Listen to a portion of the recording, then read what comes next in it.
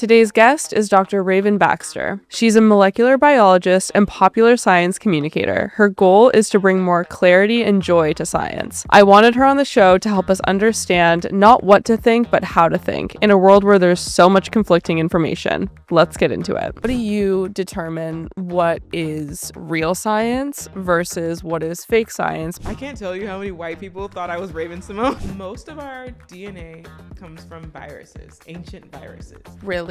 Tell me more about that. One of the things that I'm working on now is establishing a standard of practice for sharing science information online. All right, Dr. Raven Baxter, welcome. Thank you, Jade. I'm excited to be here. I'm so excited to have you. Before we started rolling, you were telling me about, I just asked you, do people ever, mistake you for That's So Raven? So talk to me about that journey. First and foremost, I'm the original You Raven are. Baxter. And every time I give someone my debit card or make a reservation, it's, oh my God, did you know that you have the same? I'm like, what do you mean, did I know? Then they ask, were you named after her? And I'm like, I'm flattered because I'm definitely older than that show. But yeah, I get a lot of comments all the time. I've actually had restaurant reservations canceled.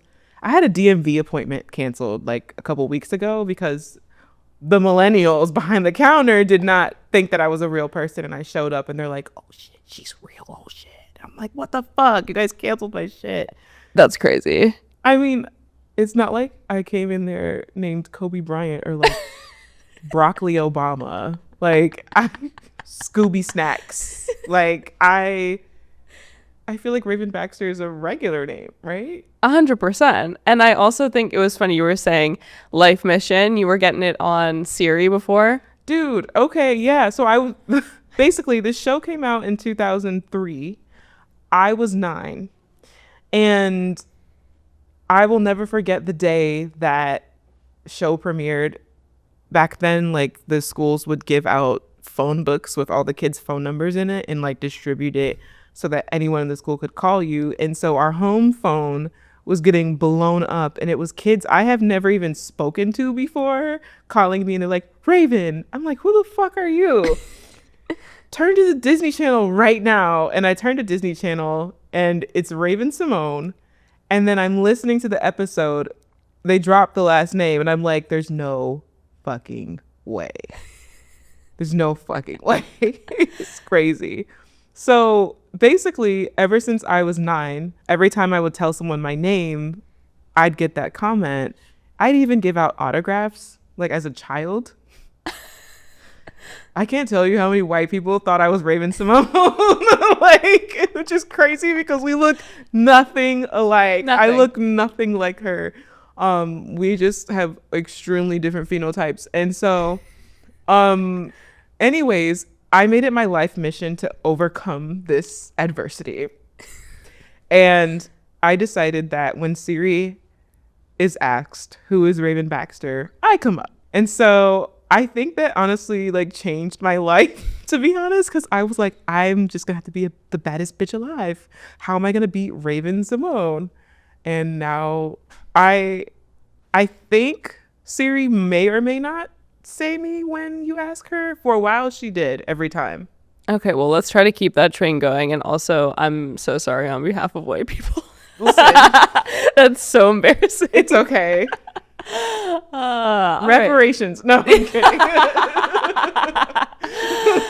That's good. Well, thank you for joining us. I'm so excited to have you on. I think it'd be really helpful if you could give us an overview. You're not Raven Simone. You are the original, one of one Raven Baxter. There's others. Okay, yeah, fair. Actually, but fair. I think I'm older than everyone else. Okay. I think. All right. Funny enough, one of the other Raven Baxters is also a scientist. No way. Fucking crazy, right? That's crazy. I like want to do a paper with her, and the authors be like Raven Baxter and Raven Baxter. Girl, if you're listening to this, I see you on LinkedIn. Can we collaborate? Okay, well, I would love it if you could give our amazing audience, it's mostly college women that listen to this, so just a little overview around who you are and what you specialize in. Yeah. Okay. So I'm Dr. Raven Baxter. You guys can call me Raven. But I'm a molecular biologist and science educator. And a lot of people ask me, what's molecular biology?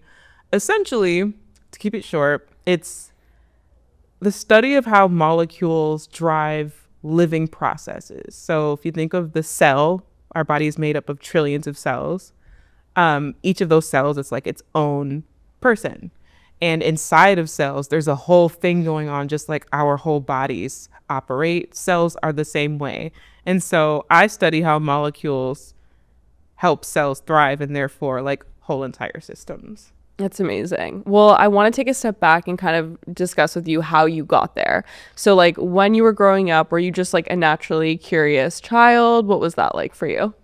Yeah, I popped out of my mother's vagina with a lab coat on.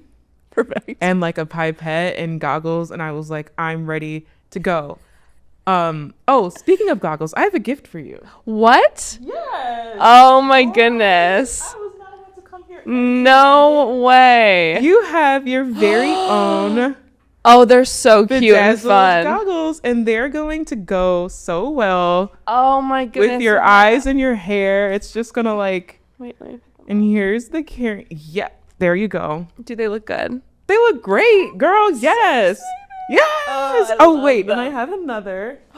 Yeah. Cool. Okay. I feel like a science evangelist. Wait, so cute. Hair clips, rhinestone hair clips.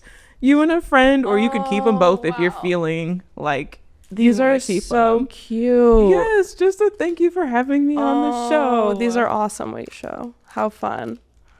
How fun. Yes. And then, okay, well, as we're doing gifts and all of this, let's talk about your outfit too, because this is amazing. Yes. I mean, I got this from, what is her name? Her name is Hello Black Child, I think, or at least that's her brand name. I've been following her. She's a young woman, and she like started her own business as a teenager, and she's grown a lot over the past like 10 years. And she made this two-piece. It's a hoodie and sweatpants, and it has like a bunch of nostalgic things on here. Some of these are like universal across all women, but like some of these are very specific to Black kids' childhood, like Blue Magic hair grease. And I don't know, I think a lot of people played hopscotch, but like some hair products, pink lotion, and I think this is a relaxer kit, which we know now causes cancer. So shout out to that. So maybe not. No, Lunchables, but it's just really whimsical. And I don't have a hoodie set or like a sweatsuit set. And I thought like, okay, how can I wear a sweatsuit set and not look like a total bum? So this was like my way into the sweatsuit industrial complex. Great. And so, as you were saying, you came out with a lab coat on. I sure did. Probably a sparkly one. Yes. And I was just ready to conquer the world. Like, I had so many questions and so few answers. I grew up in a single parent household. And I asked my mom about, why is the sky blue? Why does the moon shine? All of this stuff. And she didn't really have answers for me. And so she just like set me loose as a feral child in the library and said, well, I'm going to go to work. You're going to read some books this summer and figure out what the answers to your science questions are. And so I fell in love with the sky. It kind of started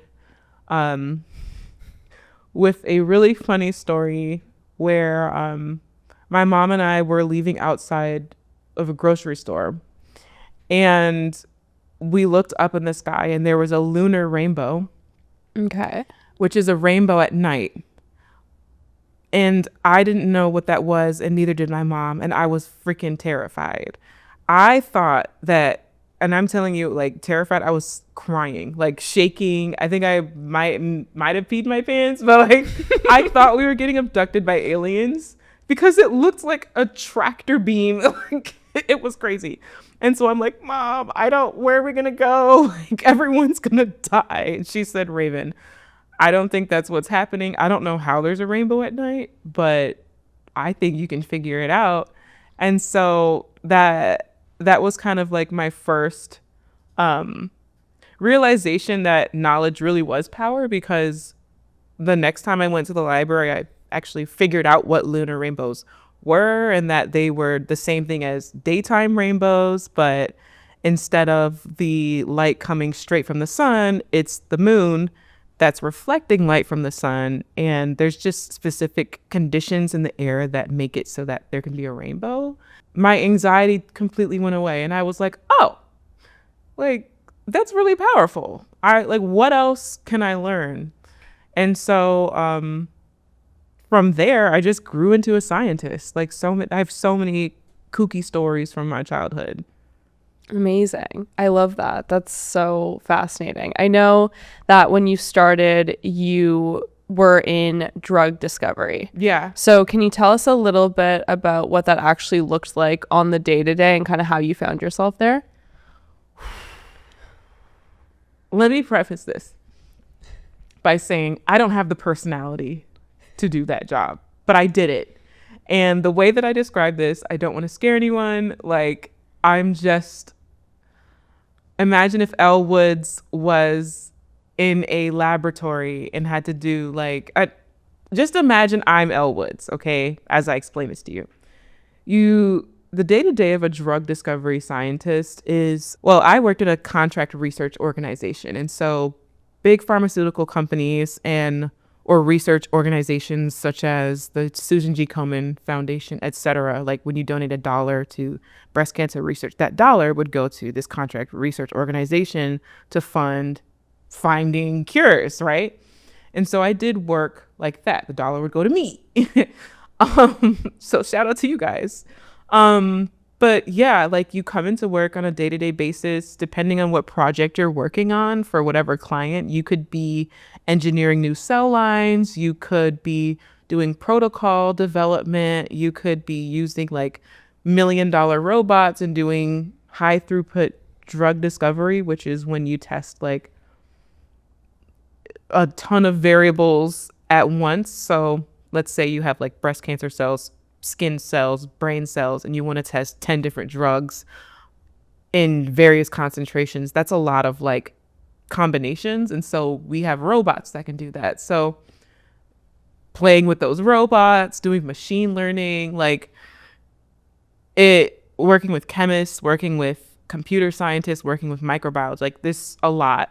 So I did personally worked on a team that developed the world's first protocol to mass produce a protein that is used in the research for Parkinson's disease. And so that's really important. Yeah. Really proud of that. But I did a lot of other things too. And tell me about how you as Elle Woods didn't work out for that job. Was it too much repetition? Was it not enough human interaction? Did you feel isolated? Like, why wasn't it for you? All of those things. Like, it was all of those things. First and foremost, there's no color anywhere. Like, people of color. Also, like, just the stark white lab space was very uninspiring, very monotone. You could be working at a lab bench all day, just like pipetting, clear liquids into other clear liquids, and quiet rooms where all you hear is the hum of machines. And I mean, everyone's listening in their own world, basically being human robots running these experiments, and they've got their headphones in and there's not much conversation, and it just wasn't my jam. And that, in the stark contrast of what was just outside the door, a bustling city, people, it's just complete night and day. So I didn't really do well. I also wore like 5-inch heels in the lab. Like, Wait, did you really? I did it. That's a bit okay. So that's very Elwoods of you. I really did, where I had like the same hair that I have now, like 50 million inches of hair, and would wear like 5-inch heels, closed toed. I mean, the only requirement is that they were closed toed, but like yeah, I was dressing all pink, like tight dress, 5-inch heels, 40-inch hair, nails done. And I just stuck out, right? I didn't really feel like I belonged, but I enjoyed the work. And I also didn't have any other people there that were like as outgoing, as sociable, as like, like friendly. Yeah. So I didn't feel like it was a place for me. So how did you pivot into what you're doing now? Like, tell us about that journey, because obviously I think everyone can relate to like being in a job that maybe they feel like they don't fit in. First of all, congratulations though, and like shout out to you for like maintaining who you are in places like that, because that's not easy. Like when I started my career, I used to work in venture and my entire style was gone. Like I numbed like all these fun parts of my personality because I was like, I actually don't want to stick out here, because the guys here, I just like don't want them to look at me in any type of way. Yeah. So I purposely like dressed differently than how I wanted to. I had no form of self-expression in that way, and like just it was like track pants and Nikes and like a black t-shirt for like 2 years. Whoa. Yeah. Wait, so what's your regular style like? Normally, like before that, I used to live in New York when I was here, and I would wear like dresses and heels and pantsuits, and like I was fun. Like I liked that. Like it was fun for me. I felt more put together. But that just wasn't the vibe in California in venture. Like no one was wearing stuff like that. And so again, it's fine, but I was very much like, the moment I wore something that I felt cool or good or confident in, it was like I didn't want to stand out in environments like that. It's a survival tactic. Yeah, is it? I hate that for us too, because we want to be taken seriously because we're women with personalities and, pretty and like we want people to remember hey, I'm coming here with a package. Like I've got brains up here. I'm here to work. And some people just get distracted with everything else you got going on. It's unfortunate. But I realized that I was being pressured to do just what you felt like you had to do. And I also realized that I think I was being isolated because I was sticking to who I was, and I could not put up with those politics. Speaking of politics, how I got to where I am here today is that in addition to all of the conditions that I just described inside of the lab, on the outside of the lab, that polar opposite world couldn't be more polar opposite. We worked across the street from a homeless shelter, the Salvation Army, and they housed families. And every day I would see kids getting dropped off by the school bus because they lived there. And these were homeless children who lived right across the street. They would get off the bus, go inside, put all their backpacks down, etc., and then come outside to the playground, which was right in front of the building. And every day I would just be in my lab by myself in my pink and heels and my hair and nails and doing these experiments in this stark white lab. No one's talking to me. And I'm looking out the window at these kids. And I'm like, well, they seem fun. Like, can we bring them in here to show them the work that we're doing and give them a tour? Anything? Can we go there and do like a show and tell, or I don't know, bring a lab rat outside and That's fun. dangle the lab rat. Like, I wanted to engage with them. And so I came up with this plan, and I presented it to the CEO. And I said, is there anything that we can do for these children across the street? And their answer to me was no. I'm like, there's nothing we can do for these kids. And they're like, no, it's like outside of the scope of our company. Ugh. Said, okay, so I'm leaving. Like, Yeah. I had to leave. That was the final straw for me. And I said, not only, I mean, this place is just a total mismatch for many facets of my character. And now it's leaning into like my morality. I can't keep all of this knowledge and opportunity in this building. So I left, and I decided that the rest of my career I was going to dedicate to serving the public and making sure that science is meaningful to the public and that they have ways to connect and engage and make science feel like it's theirs, because it's a part of all of our lives. It's very important and powerful. Like, knowledge is power, and understanding how the world works from a scientific lens is super cool and also very important. So that's how I became the science maven. I just went straight down that path and,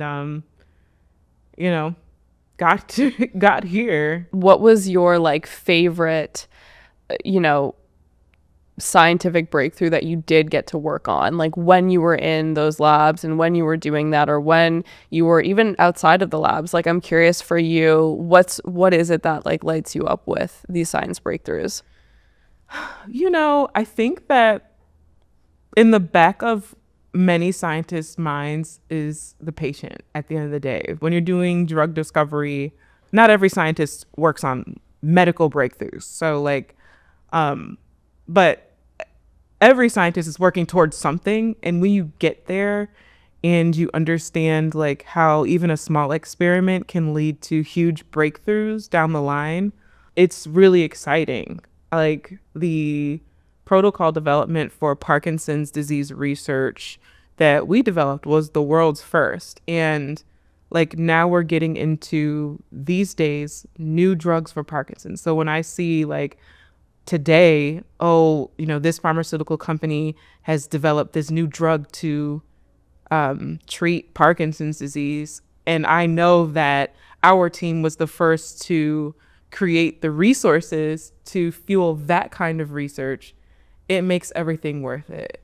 Mm-hmm. Yeah. And you have a lot of fun on social, I will say. Like, yes. As you got out of this world and into the world that you're in now, which is very much like a science communicator, you have a ton of fun, and you also explain things in a very clear way. Can you share a little bit more about that? Like, how you go about basically humanizing science in a way that like I could understand, in the way that you also were like, yeah, imagine me as Elle Woods, like things like that in people's brains, like we can actually understand when you make these like clever analogies. Like, so talk to me about how that kind of happened. Yes. So when I left the lab and decided to rededicate my career to science communication, I actually got a PhD in science education. Before I start talking more about that program, I will say science education and science, like molecular biology, are on two ends of the spectrum.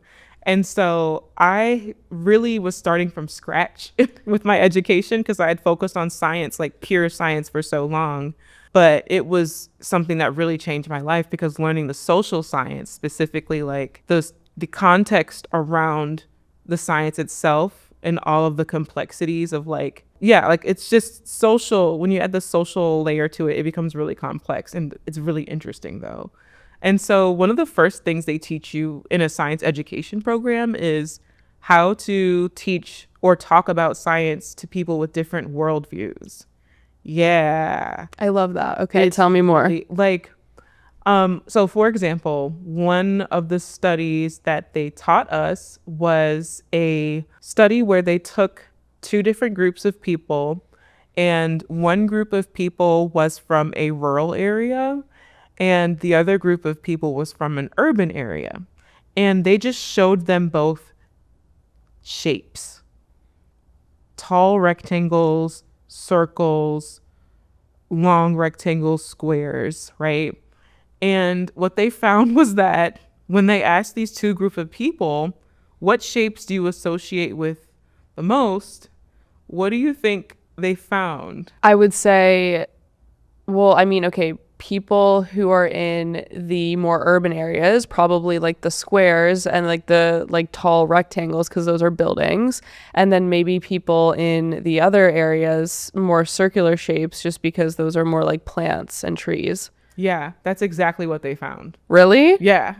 I'm also a science communicator. Yes. So, Yeah. you are smart. Like, that's exactly what they found. And so, I mean, that's a really simple study, but it just goes to show, even like, there are so many things impacting your perspective and your perception, even down to what shapes you vibe with. Like, they literally like, what shapes do you vibe with? Like, this one or this one? And there was a distinct divergence in the group.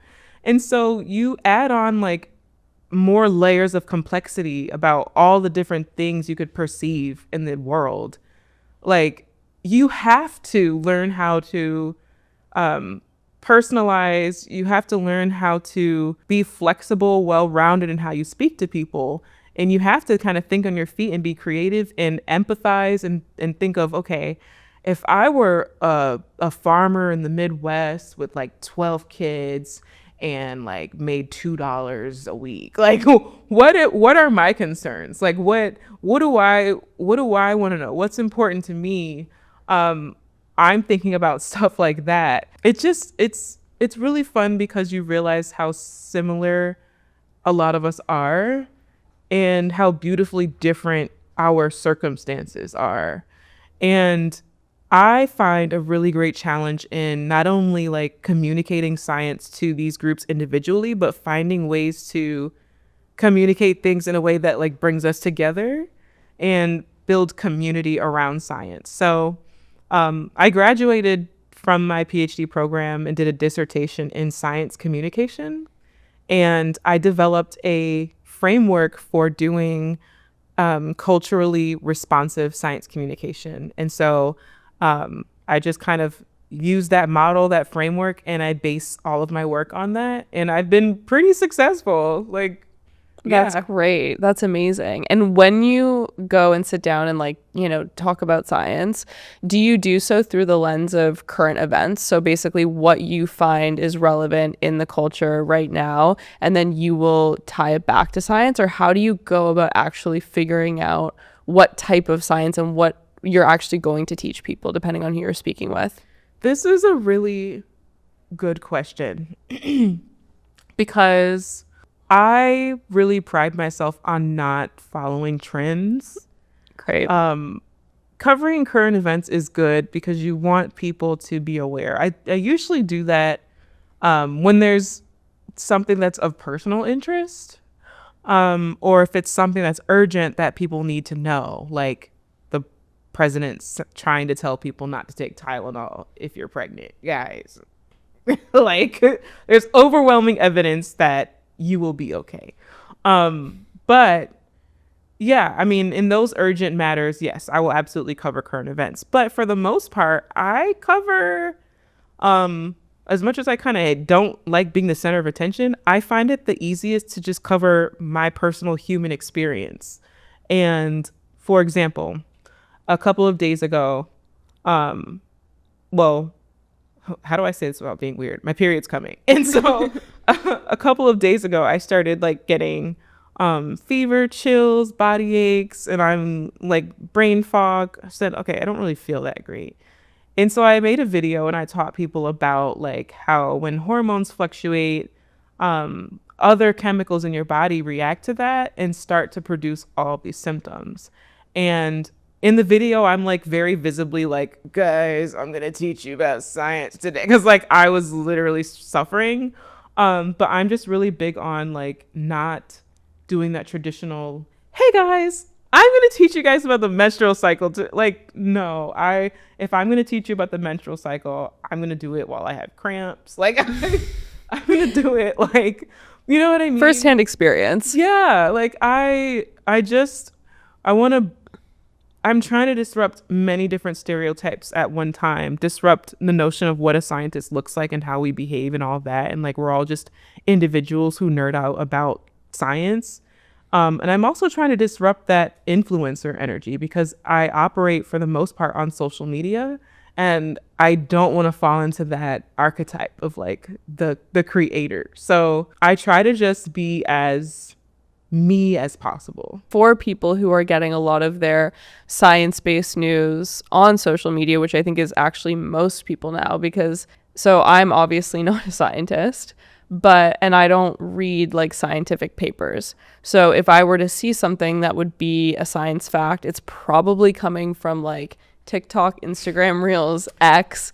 So I know that breaks your heart. A little bit sometimes. Yeah, but tell me how, as someone like me who's just on my phone, how do you determine what is real science versus what is fake science? Because there is a huge attack on science right now, especially post-COVID. Yes. So for people who, like, obviously we can't sit here and debunk every video, but for someone like you, how do you determine what's real, what's fake, or at least give the audience tools to make that determination themselves?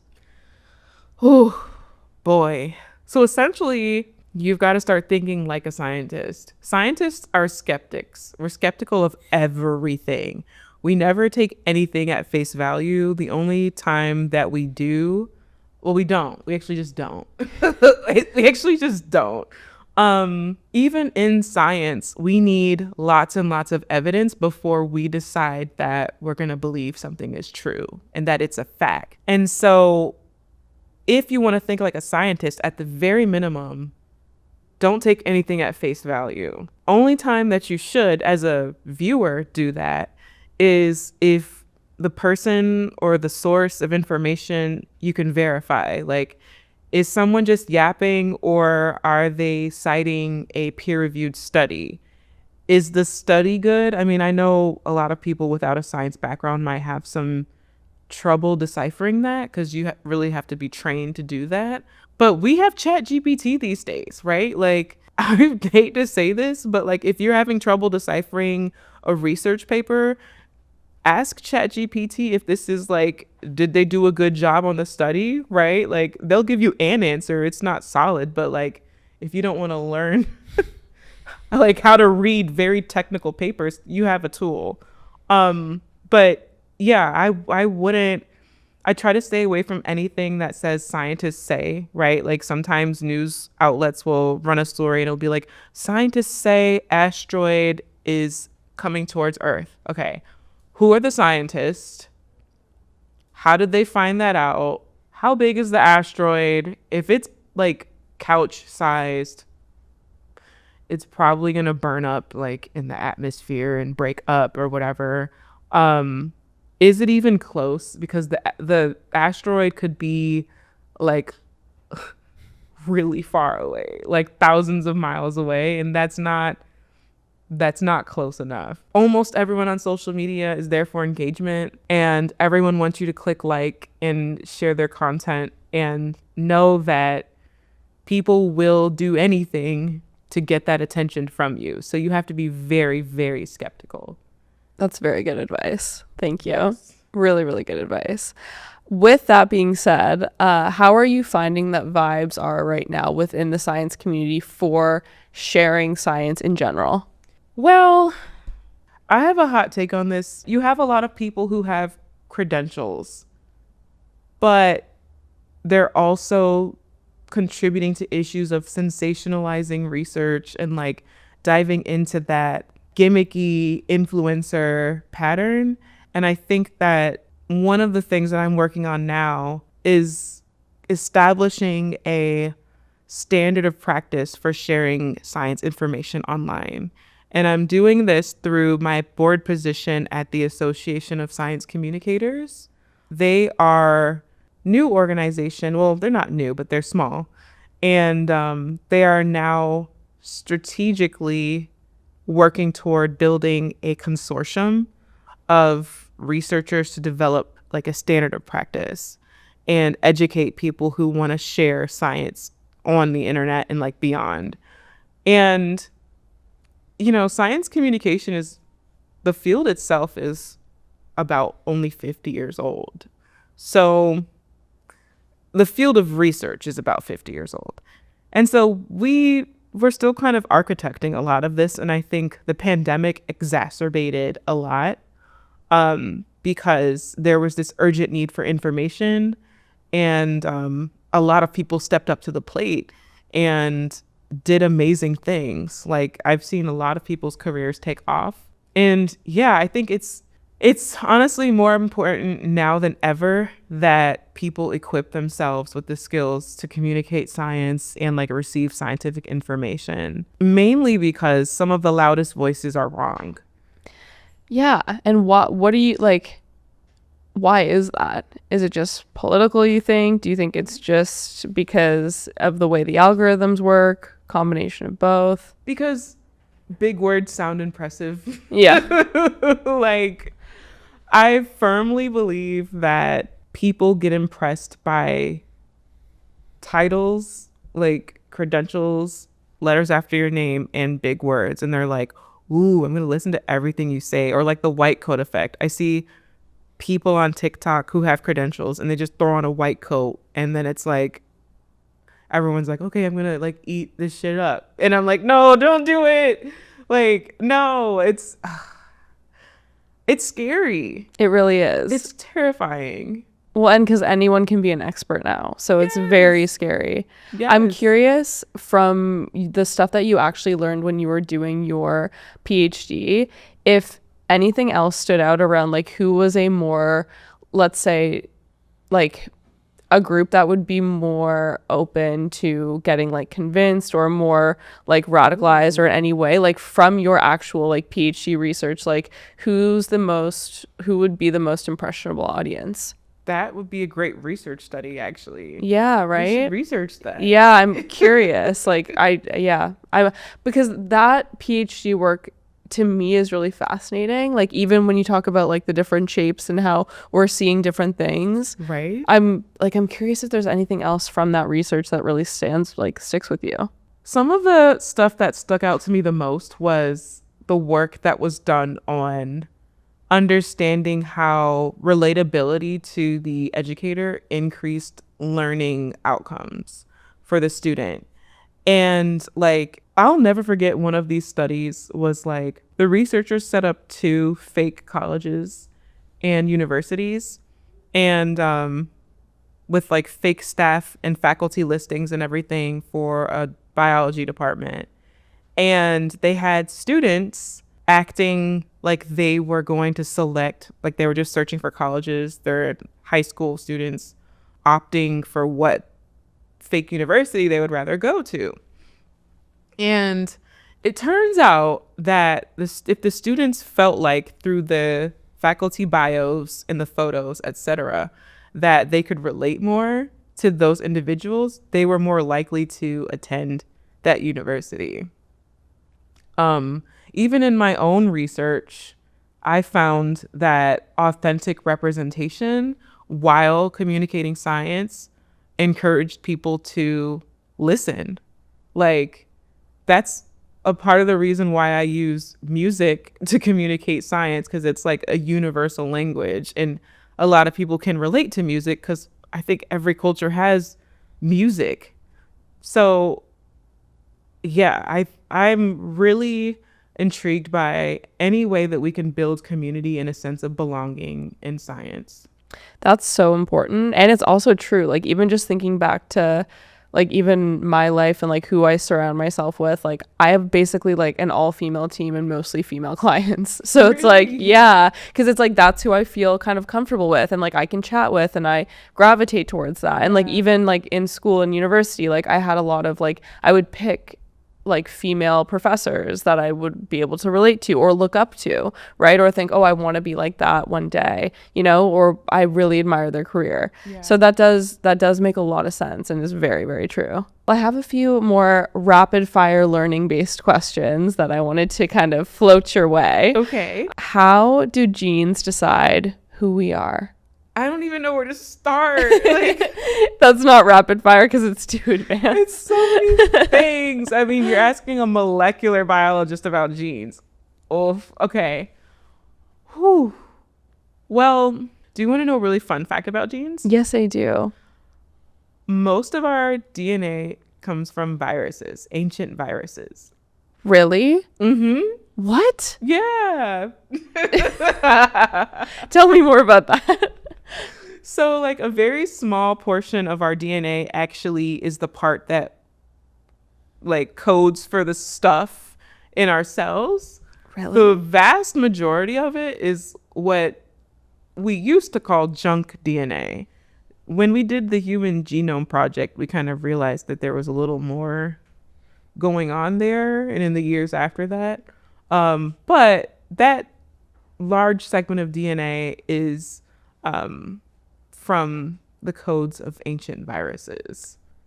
So give me an example of like how something in our DNA could be from a virus.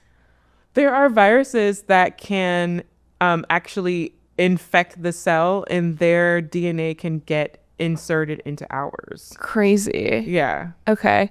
Can you give me one more science fun fact? We have a waste management system inside of our cells.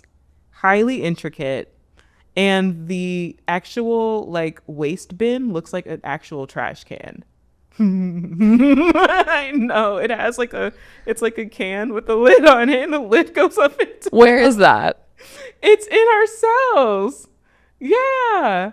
And it's like the way that, like, okay, let's say our cells are done with a molecule. It's like, okay, you got to go now. Bye.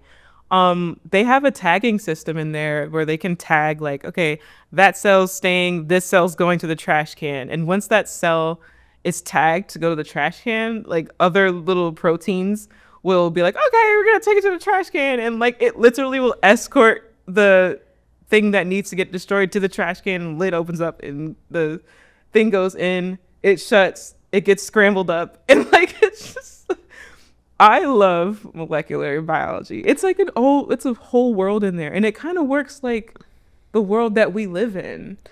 Does it make you feel like our problems are so much smaller when you're Yes. like zooming in and you're like, there's literally cells happening in our entire bodies and we are like so amazing and like, Yes. let's just. If the cells can get it right, why can't we get it right? Like, come on.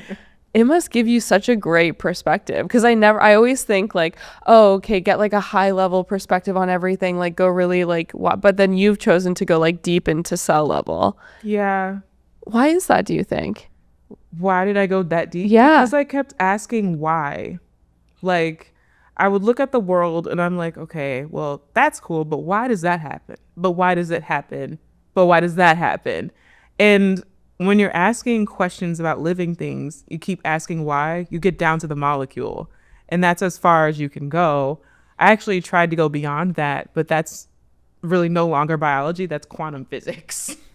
And I'm like, I'm not doing that shit. I like tried it for 2 seconds and I'm like, and I'm back out. Like, no. But it's so crazy. Like, I always think about how blessed like we all are to even exist like this. We share what do people say, like 50% of our DNA with bananas? That's insane. Like, we're bananas.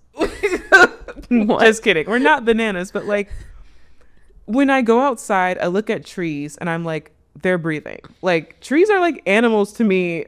Everything is alive. Everything has its own living process, their own life. I think like the real aliens are on Earth. Like, I have a lot of like hot takes on aliens. Give them to me. You want? Yeah, I really want them. Do you think they're just here?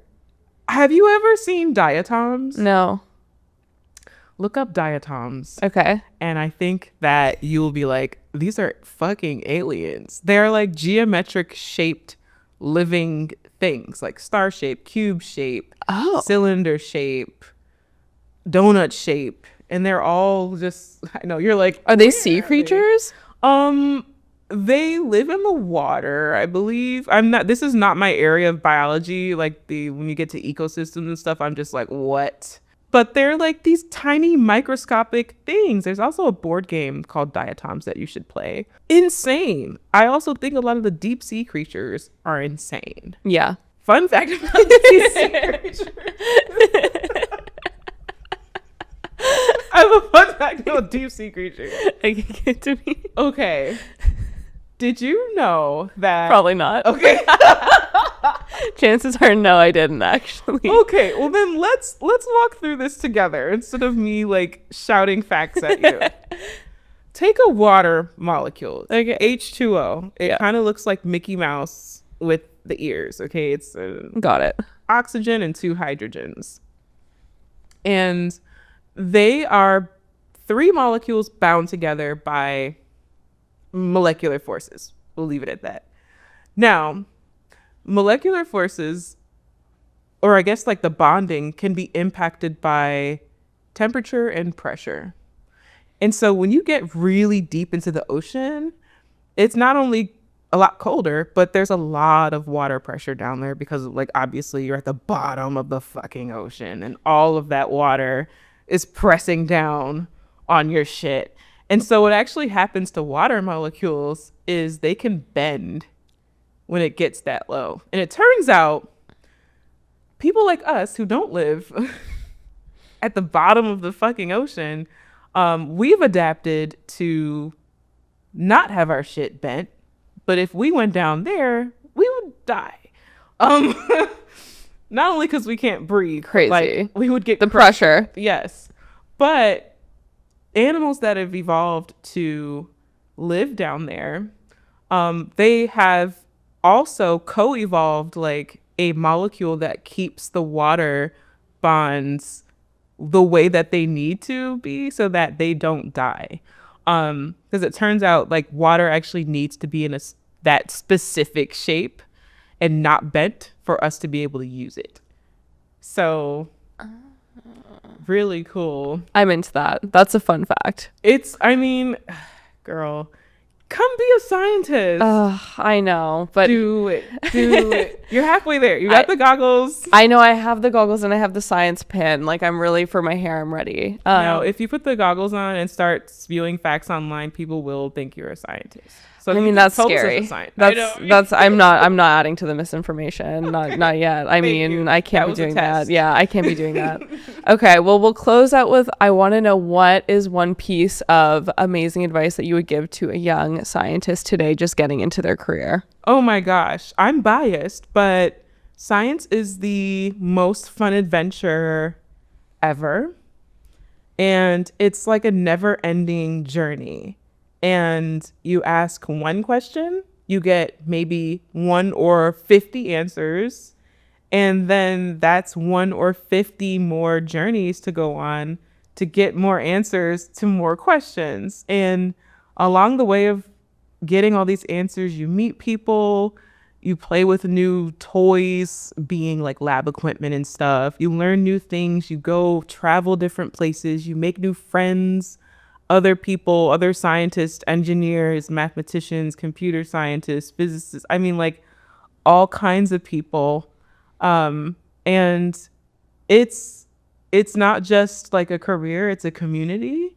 It's really fun. So I think you should become a scientist. Well, and tell everyone what you're up to right now. What's been next on your career journey for you? Yeah, next on my career journey, I live in Washington, D.C., and we all know there's a ton of work to be done there advocating for science. And so I recently started full-time as the science maven, and I will be doing work volunteering on different boards, advocating for science, also building my nonprofit, the Science Haven, and yeah, just continuing to just be me and hopefully inspire others along the way. Okay. I mean, there was some other crazy facts as well. I would say my favorite episode was the one on empathy. I really love that MDMA empathy that you guys were chatting Oh my through. God, was that the one with my psychiatrist? No. Oh. Tell us more about that one. Well, I have a great psychiatrist who takes great care of my brain. That's amazing. And I did do a podcast episode with him too. How was that for you? It was so fun. Yeah. I mean, like the brain is to me like the most important part of the body, because if you lose your mind, you lose everything. Very true. And so I also just wanted to use my platform to reduce the stigma of having a psychiatrist. I think a lot of people like think of psychiatry and they're like, you're a nut job. And it's like, well, maybe, but I'm getting taken care of. Like, and that's okay, because it's just like going to the doctor or the dentist. It's a part of your body. So, yeah, we talked a lot about like his philosophy in psychiatry. It was really cool. I love that. And then one other one that was a standout for me too was how you talked about animals and then also how it relates to reproduction and sex Girl, too. what the heck? That episode was crazy. Crazy. I jaw dropped. Firstly, that one was with Dr. Anastasia, and she's a sexual conflict researcher, and she studies sexual conflict in animals. And oof, I mean, where do I even start? Like, first of all, just the notion that animals have sexual conflict, that they are fighting the same bullshit ass ain't shit dudes and women on their own like ecological realm is crazy. I think the one story that floored me was like there are some type of insect, I can't remember which one. The females of that species do not have a like reproductive opening. They have a reproductive like cavity in their body. And so the only way that that cavity can be accessed is through puncturing. No, my face. Sorry, let me hide my face. No, let me hide my face. Okay. Puncturing. I hate it already. I know. No, I'm already not down for this. I know. So the male has to puncture, Yeah. find, and puncture that part of her body. Well, we know that's not happening. I mean, so one of the ways that Dr. Anastasia, one of the things that she found out was that, or did she find this out? I don't know if this was her research or not, but she told me that the females kind of take back their power by shielding that cavity from males that they don't want to reproduce with. And so like the males will go into puncture and the females will be like, no. As they should. No. So I draw like little inspiration from things like that, So right? crazy. There's a lot of inspiration when you look into these little worlds. Thank you. That was amazing. And one more thing that I want to just quickly touch on before we fully wrap. You had an incredible podcast. Yes. It was such a good show. Thank you. Can you talk me through some of your favorite episodes and things that you learned from that show? Yes. So I have a podcast called The Science of Life with Dr. Raven Baxter. And the intent behind the show is to, again, like as I described, science is a journey and you make friends along the way when you ask questions. And so that show is all about me being a scientist, asking questions, making friends, and just getting into shenanigans. And so, man, I learned a lot along the way. Some top things that I learned. SpongeBob is not like an ancient artifact, right? Like people know. Okay. Yeah. So I learned that the dolphin sound that the show SpongeBob uses when SpongeBob is cursing is not dolphin. What is it? That is a bird. What? That. Yeah. That's No, a I'll play it in bird. post. Really? Yeah. I love it. And where can people find you on social? You can find me at Raven the Science Maven on Instagram, TikTok, and YouTube. Raven Sci Maven on Twitter. And you can go to my website, thesciencemaven.com. And hopefully if you ask Siri, she'll tell you all about me. So I love it. Well, thank you so much for jumping on. This has been so fun. You're the best. Thank you again for the amazing, goggles. I'm excited to join the science world. Thank you so much for listening. If you liked this episode, please follow us on social at Bird's Eye Pod and subscribe wherever you get your podcasts.